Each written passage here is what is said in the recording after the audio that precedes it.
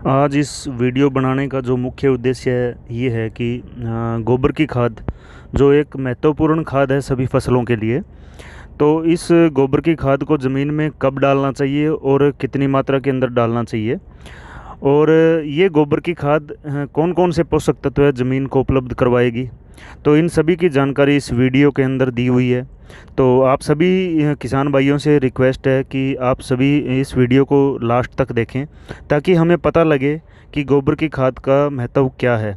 तो इस वीडियो को देखने से पहले आप मेरे यूट्यूब चैनल किसान सलाहकार को सब्सक्राइब ज़रूर करें ताकि आने वाले दिनों के अंदर भी आपको जो खेती से संबंधित जानकारी आएगी वो समय समय रहते आपको मिल सके। तो आइए अब आगे इस वीडियो के अंदर आपको पूरी जानकारी देते हैं कि गोबर की खाद का महत्व क्या है और इसको ज़मीन के अंदर कब डालना चाहिए और कितनी मात्रा में डालना चाहिए। सबसे पहले बात करते हैं कि खाद का देने का उद्देश्य क्या है, यानी कि गोबर की खाद को देना क्यों चाहिए। तो उसके अंदर क्या है कि पौधों को अधिक से अधिक एवं संतुलित मात्रा के अंदर सभी आवश्यक पोषक तत्वों को की ज़रूरत रहती है, उनको उपलब्ध करवाने के लिए खाद देने का मेन उद्देश्य है कि गोबर की खाद को देना चाहिए। और दूसरा चीज़ क्या है कि भूमि के अंदर बार बार जो फसल उत्पादन हम लोग ले रहे हैं उसके अंदर क्या है कि जो पोषक तत्व हैं वो ख़त्म हो रहे हैं, इसलिए इन पोषक तत्वों को लंबे समय तक रखने के लिए गोबर की खाद देना बहुत आवश्यक है। नंबर 3 जो आता है कि जो खाद है वो मिट्टी की भौतिक दशा के अंदर सुधार करता है, जिसकी वजह से क्या है कि पोषक तत्वों की जो उपलब्धि है वो बढ़कर उसके अंदर शक्ति के अंदर वृद्धि करती है, शक्ति बढ़ाती है और उर्वरा शक्ति के अंदर बढ़ोतरी होती है। आगे का जो मुख्य जो पॉइंट है कि गोबर की खाद का भूमि पर क्या लाभदायक प्रभाव पड़ता है, कि हम लोग गोबर की खाद क्यों डालें। तो उसके अंदर क्या है कि 3 गुणों के ऊपर, मिट्टी के 3 गुणों के ऊपर प्रभाव पड़ता है, कि भौतिक गुण के ऊपर क्या प्रभाव पड़ता है, या रासायनिक गुण के ऊपर क्या प्रभाव डालती है गोबर की खाद, या जैविक गुणों के ऊपर गोबर की खाद क्या प्रभाव डालती है। इन तीनों चीज़ों के ऊपर अपने आज इस वीडियो के अंदर बात कर रहे हैं। तो सबसे पहले बात करें कि भौतिक गुणों के ऊपर गोबर की खाद क्या प्रभाव डालती है। तो इससे क्या होता है कि एक तो वायु का संचार जो होता है, कि ज़मीन के अंदर जो वायु का संचार है वो बढ़ता है, जल सोखने की जो क्षमता होती है वो बढ़ जाती है। नंबर 3 है कि जड़ों का विकास अच्छा होता है, क्योंकि जब मिट्टी भुरभुरी हो जाती है, वायु का संचार बढ़ जाता है, तो उससे क्या है कि जो जड़ों का विकास है पौधे का वो अच्छा हो जाता है। मिट्टी का कटाव कम होता है और संरचना के अंदर सुधार होता है, मिट्टी की जो संरचना होती है उसके अंदर सुधार होता है। तो ये हो गया भौतिक गुणों पर प्रभाव। दूसरा आता है कि रासायनिक गुणों पर गोबर की खाद है वो क्या प्रभाव डालती है। तो पोषक तत्व की जो हैं वो अधिक मात्रा में मिलते हैं, वो लगातार मिलते रहते हैं इससे। और दूसरा क्या है कि कार्बनिक पदार्थ की मात्रा जो है वो ज़मीन के अंदर बढ़ती है गोबर की खाद से। और तीसरा सबसे बड़ी चीज़ क्या है कि सूक्ष्म पोषक तत्वों की जो उपलब्धता है वो बढ़ती है।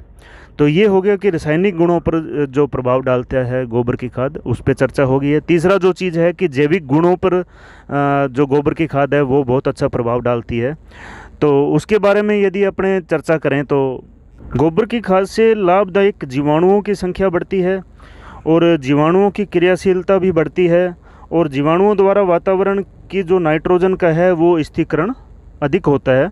तो ये सबसे बड़ा जो है वो जैविक गुण के ऊपर जो प्रभाव गोबर की खाद डालती है, ये 3 प्रभाव मेन हो गए कि तीनों गुणों के ऊपर जो है वो गोबर की खाद प्रभाव डालती है।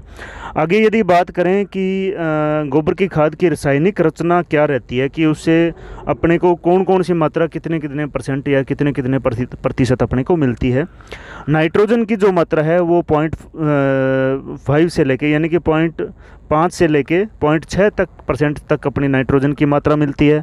फास्फोरस की मात्रा की बात करें तो 0.2 से लेके 0.3% तक अपने फास्फोरस की मात्रा गोबर की खाद से मिलती है।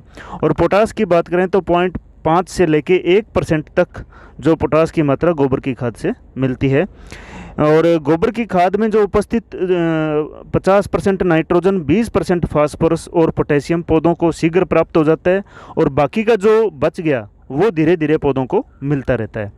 इसके अलावा गोबर की खाद में सभी पोषक तत्व जैसे कैल्शियम, मैग्नीशियम, गंधक, लोहा, मैग्नीज, तांबा, जस्ता आदि जितने भी सूक्ष्म तत्व हैं वो गोबर की खाद के अंदर पाए जाते हैं, जो पौधे को लगातार मिलते रहते हैं, धीरे धीरे जो मिलते रहते हैं। आगे जो बात आ गई कि गोबर की खाद डालने का सही समय क्या है। तो गोबर की सड़ी हुई खाद को सदैव फसल बोने से पूर्व खेत की तैयारी के समय अच्छी तरह मिलाकर बिजाई से 1 सप्ताह पहले इसके गोबर की खाद को खेत के अंदर अपने लोग भर सकते हैं। भारी और चिकनी मिट्टी है तो उसके अंदर ताज़ा गोबर की खाद बुआई से काफ़ी समय पहले प्रयोग करना बहुत बढ़िया रहता है, क्योंकि जो विच्छेदित खाद से जो मिट्टी में वायु संचार बढ़ जाता है, जल धारण क्षमता भी सुधरती है। क्योंकि चिकनी मिट्टी जो होती है उसके अंदर जो वायु संचार है वो कम होता है और जल धारण की जो क्षमता है वो ज़्यादा रहती है। तो अपने को जल धारण की क्षमता ज़्यादा नहीं रखनी है, यानी कि ठीक हो और वायु संचार भी ठीक हो। तो उसके लिए क्या है कि भारी चिकनी मिट्टी के अंदर जो ताज़ा गोबर की खाद है वो काफ़ी समय पहले डालकर रखनी चाहिए, ताकि मिट्टी की संरचना के अंदर सुधार हो। गोबर की खाद की मात्रा कितनी रहनी चाहिए? तो सबसे पहले जो बात आती है कि गोबर की खाद खेत में मोटी परत की अपेक्षा पतली परत डालना सदैव अच्छा रहता है। लंबे समय की फसल में समय समय पर खाद की थोड़ी मात्रा देना एक बार अधिक खाद देने की अपेक्षा अधिक लाभप्रद होता है, यानी कि लंबे टाइम की जो फसल है उसमें समय समय पर थोड़ी थोड़ी खाद देनी चाहिए अपने को। और तीसरा जो पॉइंट है कि पूरे साल के खरीफ और रबी की फसल में कुल मिलाकर 80 क्विंटल प्रति एकड़ के हिसाब से खाद डालना चाहिए। यदि दोनों फसलों में बात करें तो 40-40 क्विंटल के हिसाब से गोबर की खाद अपने को डालना चाहिए। और गमलों के अंदर यदि बात करें साइज व मिट्टी के अनुसार 200 से लेकर 400 ग्राम जो खाद है वो अपने को साल में 2-3 बार अपने को डालना चाहिए। तो ये थी गोबर की खाद की जो जानकारी है कि अपने को फसल में कब अपने को डालना चाहिए और कितनी मात्रा अपने को डालना चाहिए। तो ये वीडियो देखने के लिए आप सभी किसान भाइयों का बहुत बहुत धन्यवाद। सभी तरह की खेती संबंधित जानकारी लेने के लिए आप मेरे YouTube चैनल किसान सलाहकार को सब्सक्राइब ज़रूर करें, ताकि आपको आने वाले समय के अंदर जो भी नई टेक्नोलॉजी है उसके बारे में पता लगे, या खेती से संबंधित जो नई जानकारी है उसके बारे में आपको समय समय पर पता लगता रहे। तो इसलिए आप मेरे YouTube चैनल किसान सलाहकार को सब्सक्राइब ज़रूर करें, इस वीडियो को लाइक करें और इस वीडियो को ज़्यादा से ज़्यादा शेयर करें। धन्यवाद। जय जवान जय किसान।